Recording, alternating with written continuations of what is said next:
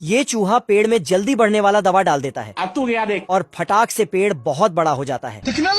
लेकिन इस भालू को कुछ भी पता नहीं चलता है, इसीलिए एक डाली तोड़कर जाने लगता है। लेकिन तभी बाप रे! तो साला चूहा नीचे ईंट और सीमेंट से एक आग सेकने का चूल्हा बना देता है। करे भाई। तभी भालू यहाँ पर टपकता है तो चूहा उस पे सोफा रखकर सिगरेट फूकने लगता है।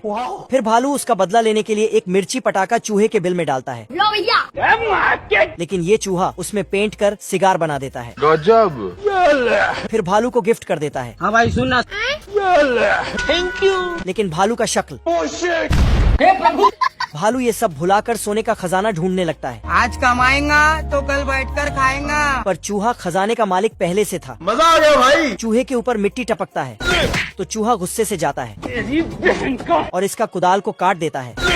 ये क्या तमाशा लगा रखा है तूने? लेकिन भालू खजाना ढूंढते रहता है। चूहा एक लकड़ी में पत्थर रखकर भालू पे फेंकता है, लेकिन भालू को घंटा भी फर्क नहीं पड़ता है। अच्छा। तो चूहे ने बड़ा सा लोहा रखकर भालू पर फेंक दिया।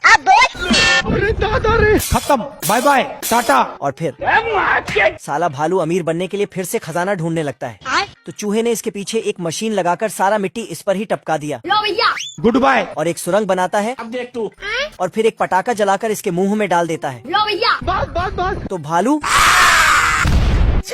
और फिर चूहा।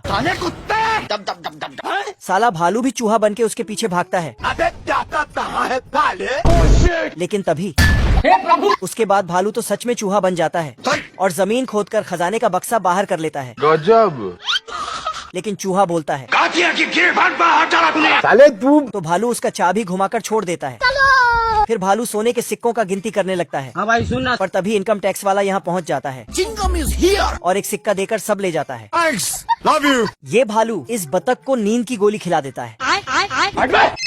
तो ये नहाने चला जाता है। चलो भाई। लेकिन भालू उसे झांकने लगता है तो इसको नहा धो के आने के बाद साला आराम से सो जाता है।